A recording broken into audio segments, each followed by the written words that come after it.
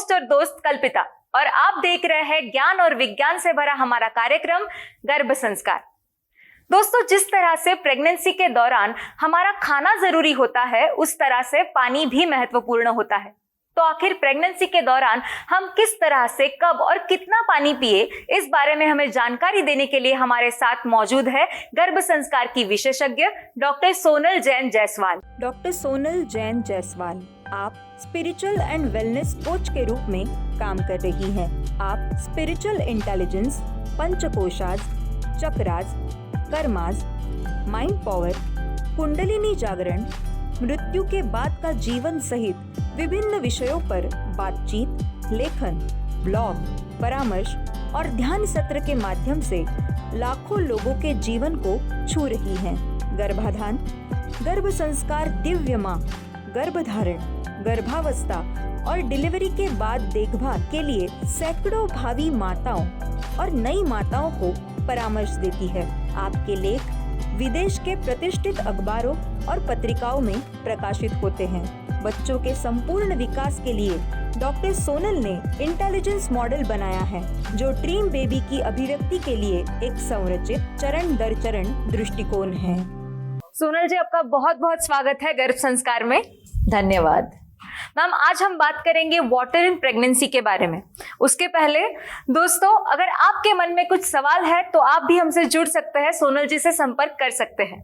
Sonal ma'am, diet in pregnancy ये तो बहुत कॉमन टॉपिक हो गया, इसके बारे में तो सभी जानते हैं, लेकिन ये वाटर इन प्रेगनेंसी क्या है? क्या हम जो पीते हैं, हम जो पानी पीते हैं, उसका भी हमारे गर्भ पर असर होता है? सिर्फ प्रेगनेंसी ने, इन जनरल भी वाटर इज वेरी इंपॉर्टेंट और प्रेगनेंसी में तो इम्पोर्टेंस उसकी और बढ़ जाती है। Will discuss about that. जी, हमारा जो शरीर है, कितना प्रतिशत जल है आपको पता है? 70%। You know it? फिर आप मुझसे ये सवाल क्यों कर रहे हो?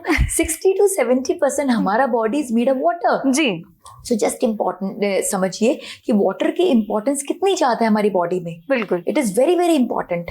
और प्रेगनेंसी के सिचुएशन में तो इसकी इम्पोर्टेंस मल्टीपल टाइम्स बढ़ जाती है, बिकॉज जो हमारा बेबी है वो किस में रह रहा है? वो एमनियोटिक फ्लूइड में रह रहा है। जी। तो ये फ्लूइड भी जो है वो वाटर बेस्ड है, right? So water is very important in pregnancy and in general. And इसके ऊपर तो बहुत डीप रिसर्च हुआ है। जी। जापान में एक साइंटिस्ट थे, डॉक्टर इमोटो जी। उन्होंने वाटर के ऊपर रिसर्च की है।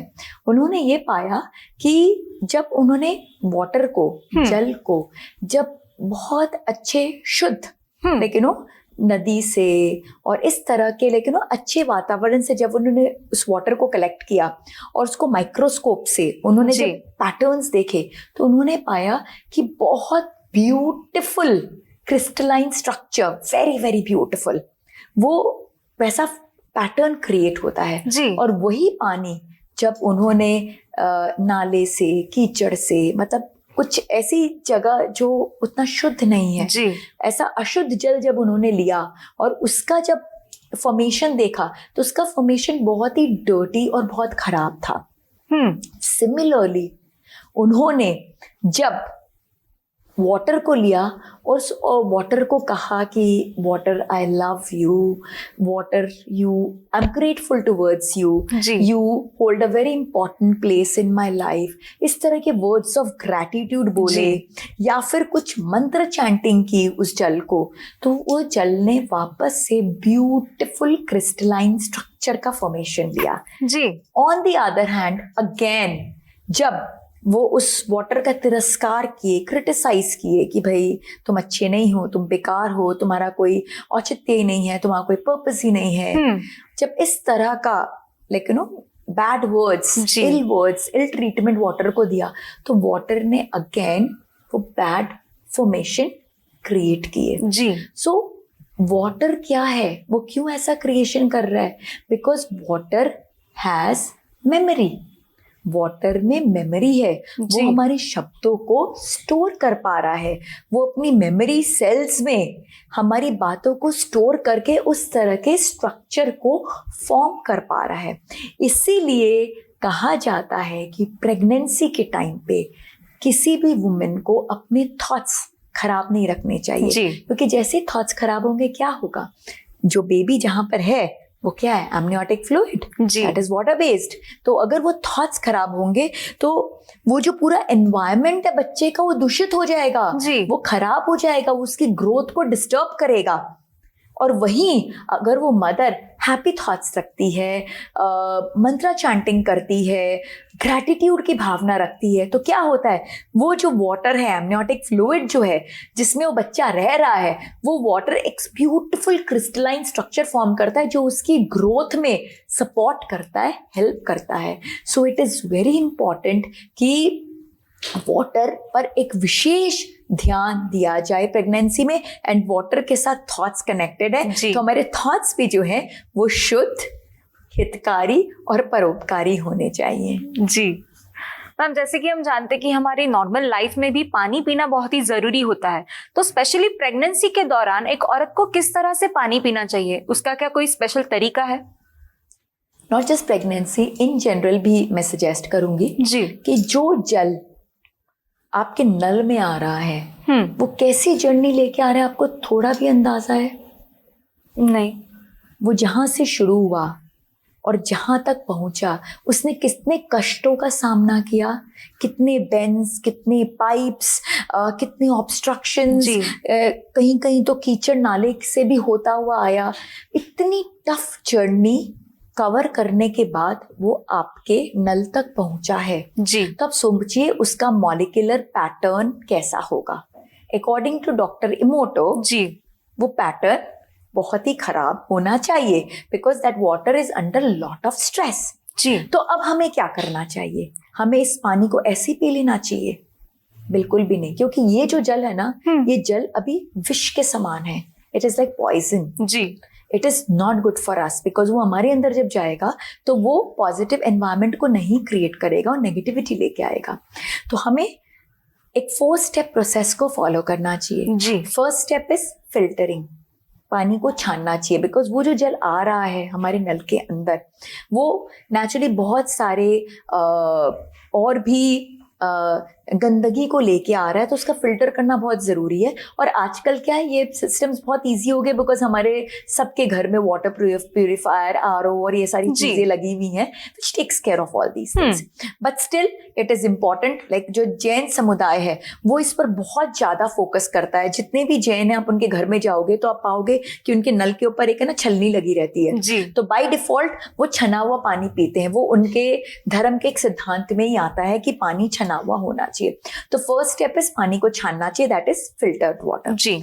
सेकेंड स्टेप इज ये जो फिल्टर वाटर से हमारे जो क्या बोलते हैं ना, स्थूल कीटाणु तो कैप्चर हो गए, लेकिन व्हाट अबाउट सूक्ष्म जो बैक्टीरिया और पैथोजेंस है उनका क्या? जी। तो उसके लिए इट इज वेरी इंपॉर्टेंट कि वाटर को बॉयल किया जाए। It is very important to boil the water. तो हमें पहले पानी को छानना चाहिए, फिर उसे बॉयल करना चाहिए। तो हमने ये सब किया तो क्या हुआ, उसकी फिजिकल लेवल पे तो क्लेंजिंग हो गई, बिल्कुल, बट मॉलिक्यूलर लेवल पे हुई क्या? उसका स्ट्रक्चर इंप्रूव हुआ क्या? ऑफ कोर्स हुआ है, थोड़ा हुआ है, बट कंप्लीट नहीं हुआ है, क्योंकि अभी तक वो अपने स्ट्रेस में है। जी। सो तुरंत वो पानी नहीं कंज्यूम करना चाहिए, उस पानी को स्टोर करना चाहिए, कुछ देर तक वो पानी को रखना चाहिए। जी। और रखने के बाद अब क्या हो रहा है, अब वो वाटर सेटल डाउन हो गया है। तो जो विष था वो विष से जल के स्टेज तक आ गया है। जी। बट हमें जल नहीं पीना, हमें क्या पीना है? हमें अमृत पीना है। जी। तो अब इस जल को हम अमृत तुल्य कैसे बनाएंगे?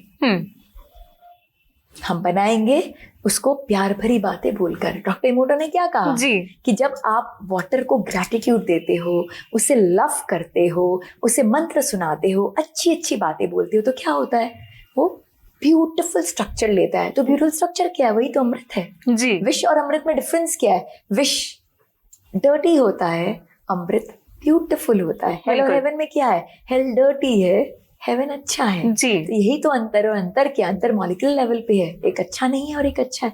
तो हम उस अच्छे नहीं को अच्छा बना रहे, कैसे बना रहे हैं?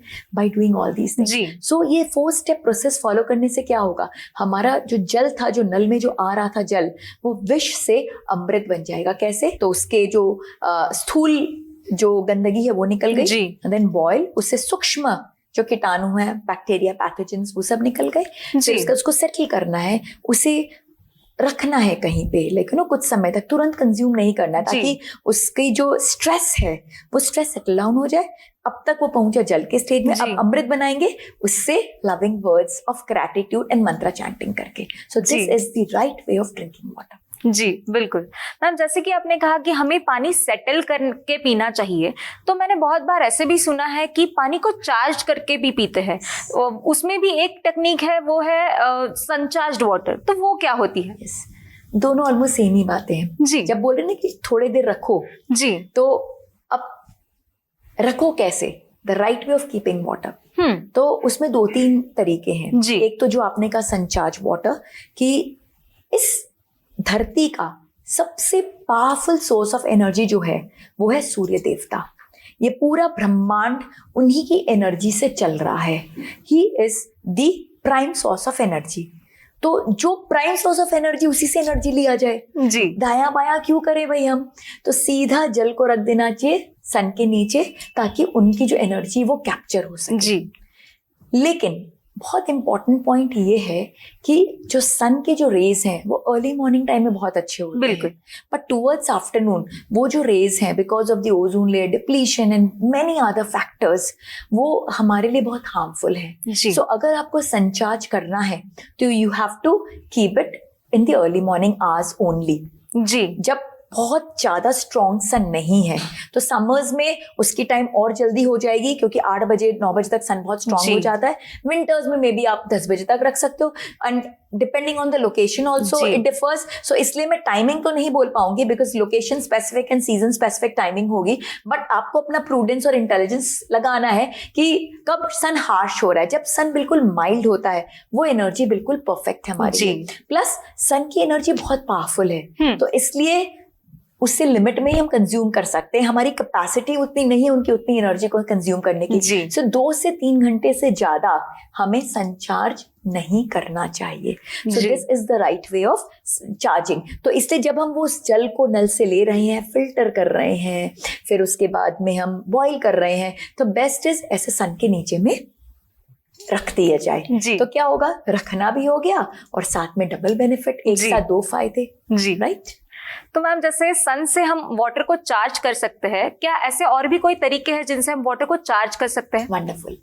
सन से हमने चार्ज किया, उसी तरह से हम डिफरेंट वेसल्स यूज कर सकते हैं, जो स्टोर तो हमें करना ही है। बिल्कुल। अब इंटेलिजेंट इंसान क्या करता है कि एक साथ मल्टीपल बेनिफिट्स ले लेता है। तो हमें स्टोर तो करना ही है, तो स्टोर कर रहे, ऐसे टाइम में स्टोर करो कि सन का चार्ज हो जाए, और फिर ऐसे बर्तन में रखो जिससे वो चार्ज मल्टीप्लाई हो जाए। तो कॉपर वेसल्स जो है वो बहुत पावरफुल हैं, बिकॉज कॉपर जो है वो वाटर को चार्ज करता है, उसके बैक्टीरियाज और पैथोजन को भी किल कर देता है, साथ में वाटर को अल्कलाइन भी बनाता है, और उसके अंदर कॉपर न्यूट्रिएंट्स को डाल देता है जो हमारी बॉडी के लिए बहुत अच्छा है। तो it is very very good कि हम कॉपर वेसल्स में रखें। साथ में जो हमारे मिट्टी के घड़े हैं वो भी बहुत फायदेमंद होते हैं, specially in summers. Summer time में, क्योंकि वो नेचुरल कूलिंग करते हैं। क्योंकि आजकल क्या है, लोग फ्रिज में रख देते हैं पानी को। फ्रिज बिल्कुल भी अच्छा नहीं है, बिकॉज इट्स ऑल इलेक्ट्रिसिटी। तो अल्टीमेटली क्या हो रहा है, हम इलेक्ट्रिसिटी डाल रहे हैं अपने खाने में, अपने पानी में। तो जितना हो सके, ऑफ कोर्स अब हमारा जीवन ऐसा हो गया है कि हम फ्रिज, एसी, ये सब चीज के बिना नहीं रह सकते, बट स्टिल कोशिश ये होनी चाहिए कि हम कितना अपने आप को प्रोटेक्ट कर सके। तो my strong suggestion will be, fridge में आप कभी पानी ना रखें, मटके में, घड़े में रखें। तो उससे क्या होगा कि मिट्टी का जो बेनिफिट है वो भी पानी में आएगा, वाटर अल्कलाइन बनेगा, नेचुरल कूलिंग होगी, बहुत सारे बेनिफिट्स हैं। So what I very strongly recommend is, summers के टाइम में आप अर्दन पॉट्स में वाटर को स्टोर कीजिए, विंटर्स के टाइम में आप कॉपर में स्टोर कीजिए, और एटलीस्ट ओवरनाइट रखिए इसमें, क्योंकि उतना देर रखने से उसकी चार्जिंग जो है वो अच्छी होती है, बराबर होती है। जी मैम, अभी बात करते वक्त आपने बताया कि अल्कलाइन वाटर हमारी सेहत के लिए बहुत अच्छा होता है। तो अल्कलाइन वाटर क्या होता है और वो प्रेगनेंसी में किस तरह से हेल्प करता है? अगेन मैं वही बात बोलूंगी, not just pregnancy, for general people also alkaline water is very important, क्योंकि हमारा बॉडी का जो पीएच है वो अल्कलाइन है। हमारा बॉडी अंदर से पूरा एक अल्कलाइन सिस्टम है, तो और हमारा बॉडी 60 to 70% वाटर है, तो नेचुरली हमारा पूरा सिस्टम अल्कलाइन है और वाटर अल्कलाइन है। तो जब हम water, alkaline water consume, alkaline water means जिसका पीएच ऑलमोस्ट 9 से 10 के लेवल का हो। तो जब हम अल्कलाइन वाटर कंज्यूम करते हैं तो वो हमारी बॉडी के लिए कंड्यूसिव है, बिकॉज वो उसके एनवायरनमेंट का है। ज्यादा एसिड खाने से क्या होता है, एसिडिटी बढ़ जाती है, राइट। वो हमारे बॉडी के लिए अच्छा है, बिकॉज हमारे बॉडी का एनवायरनमेंट एसिड नहीं। लाइक फॉर एग्जाम्पल, जब हम ऑयल में बहुत खाना को फ्राई करते हैं और इतने जंक फूड खाते हैं और इस तरह की सब चीजें खाते हैं, तो क्या होता है, वो हमारी बॉडी की एसिडिटी को बढ़ाता है, जिससे हमारी बॉडी में बहुत सारे प्रॉब्लम्स होते हैं। क्यों? क्योंकि हमारे बॉडी का एनवायरनमेंट एसिडिक नहीं है, हमारे बॉडी का एनवायरनमेंट अल्कलाइन है। तो इसलिए जब हम अल्कलाइन वाटर कंज्यूम करेंगे तो it is very good. And alkaline water करना बहुत ईजी है। एक तो जैसे सनचार्ज किया, कॉपर वेसल में रखे, अर्दन पॉट्स में रखे, और आजकल तो बहुत अच्छे अच्छे सब क्यूकम्बर और ये सब के स्लाइसेस डाल देते हैं वेसल में और वाटर उसमें पोर करके रखते हैं, थोड़े लेमन के स्लाइसेस डाल देते हैं। वाटर टेस्टी भी हो जाता है, अल्कलाइन भी हो जाता है और बहुत फैंसी भी दिखता है, देख के लगता है बहुत एक्सोटिक, पीने की इच्छा भी और बढ़ जाती है। So it is very important कि हम अल्कलाइन करें। इनफैक्ट मशीन्स भी आती हैं, देयर लॉट ऑफ मशीन्स जो वाटर को अल्कलाइन बनाती है, बट काफी कॉस्टली होती है machine, so it's heavy for your pockets. उससे अच्छा बहुत सिंपल मेथड है, ऐसे बर्तनों में रखो, आप नींबू थोड़ा निचोड़ लो, खीरा वगैरह सब डाल के रखो, अच्छा भी लगेगा, स्वाद भी आएगा और मजा भी आएगा। जी लेकिन एक माँ को प्रेगनेंसी के दौरान कितना पानी पीना जरूरी है? प्रेगनेंसी के टाइम में एक माँ को at least 2 litres of fluid consume करना बहुत जरूरी है। By fluids I mean water तो है ही, but there are lot of things which is very rich in water, जैसे क्यूकम्बर हो गया, खीरा हो गया, वाटरमेलन हो गया, और फिर उसके बाद में और भी वाटर बेस्ड जो कोकोनट वाटर वगैरह, they are like very rich in water. So fluid बहुत जरूरी है कि वो कंज्यूम करे, because water intake is very very important during pregnancy. जी मैम, जैसे कि आपने कहा कि पानी पीना बहुत जरूरी है, लेकिन अगर कोई माँ पानी कम पीती है तो उसे डिहाइड्रेशन हो सकता है, तो उससे कौन कौन से प्रॉब्लम हो सकते हैं? डिहाइड्रेशन की सिचुएशन नहीं आनी चाहिए, बिकॉज उससे काफी सारे कॉम्प्लिकेशंस हो सकते हैं। जी सबसे पहले ये समझना बहुत जरूरी है कि हमारा जो बेबी है वो एमनियोटिक फ्लूइड में है, which is water based primary.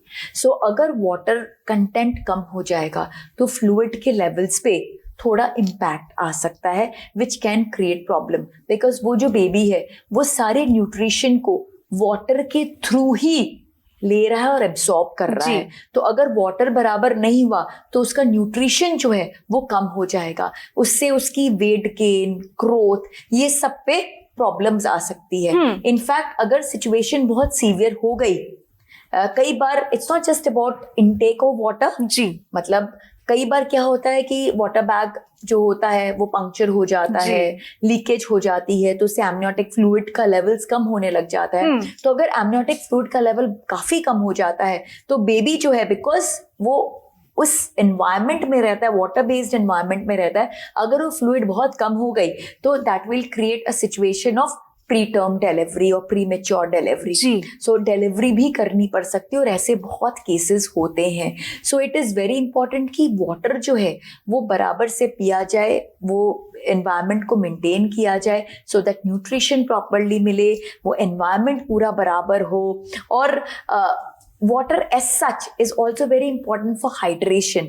आप हाइड्रेटेड रहते हो, वो आपके एसिड रिफ्लेक्सेस और ये सबको कंट्रोल करता है। और अगर जैसे कि हमने पहले डिस्कस किया था कि हम अल्कलाइन वाटर ले रहे हैं, तो अल्कलाइन वाटर लेंगे, सनचार्ज वाटर लेंगे, तो ये सबसे क्या होगा कि हमारी बॉडी की इम्यूनिटी और बेटर होगी, हमारा बॉडी ओवरऑल बेटर फंक्शन करेगा, डाइजेशन बेटर होगा, एसिड रिफ्लेक्सेस कम होंगे, तो बहुत सारे बेनिफिट्स हैं हमें। तो बहुत जरूरी है कि जो एक मदर है वो प्रॉपरली कंज्यूम करे फ्लूइड्स को। It is very very very important. जी बिल्कुल मैम, हमारे बड़े बुजुर्ग हमें हमेशा कहते हैं कि पानी हमेशा बैठकर पीना चाहिए, खड़े होकर कभी भी नहीं पीना चाहिए, तो ऐसा क्यों कहा जाता है? आप खुद एक एक्सपेरिमेंट करें जी, बैठ के पानी पिए और खड़े होके पानी पिए। आई एम श्योर आपने बैठ के भी पिया और खड़े होके भी पिया है, तो क्या डिफरेंस आप फील करती हैं दोनों सिचुएशन में? बैठकर ज्यादा रिलैक्स महसूस होता है, ज्यादा सेटिस्फाइंग महसूस होता है, और खड़े होके उतना महसूस नहीं कर पाते, जैसे कि लगता है कि प्यास बुझी नहीं है। खड़े होके क्या होता है, गटागट पानी उतर जाता है नीचे, तो उससे प्यास बुझेगी कैसे? क्योंकि हमने धड़ल्ले से डाल दिया, बस चला गया। आपके बॉडी ने feeling, because nutrition is all about feeling and absorption. जी, जैसे खाना भी कहते हैं ना कि भाई माइंडलेस ईटिंग नहीं करनी चाहिए, टीवी के सामने बैठ के नहीं खाना चाहिए, जबकि टीवी के सामने इंसान ज्यादा क्वांटिटी खाता है जी, लेकिन उसे पोषण कम मिलता है। क्यों? क्योंकि उसका माइंड उस पे नहीं जुड़ा हुआ है। Mind is detached, mind is in the TV and he is eating food. तो क्या होगा?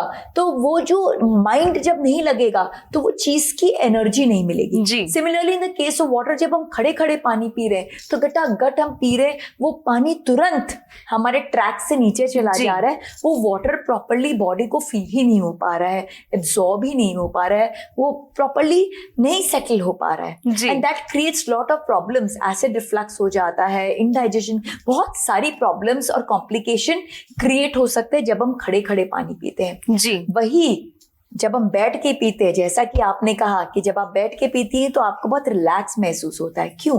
क्योंकि आप माइंडफुल ड्रिंकिंग कर रही हैं, बैठ के आप शांति से पी रही हैं, उस वाटर को एब्जॉर्ब कर रही हैं। और अगर बैठी हैं, शांत हैं, पीसफुल हैं, तो शायद आप वाटर से कुछ प्यार मोहब्बत की बातें कर लें, 2-4 मंत्र सुना दें, थोड़ा ग्रैटिट्यूड दे दें। तो जैसा कि डॉक्टर इमोटो ने कहा था कि अगर हम इस तरह की चीजें करेंगे तो क्या होगा, उसका क्रिस्टलाइन स्ट्रक्चर जो है और ब्यूटीफुल हो जाएगा और पावरफुल हो जाएगा। और वही पानी जब हम बिल्कुल बैठ के एक पीसफुल रिलैक्स्ड पोस्चर में जब हम पीते हैं तो क्या होता है, हमें वो हमारे शरीर को पोषण देता है।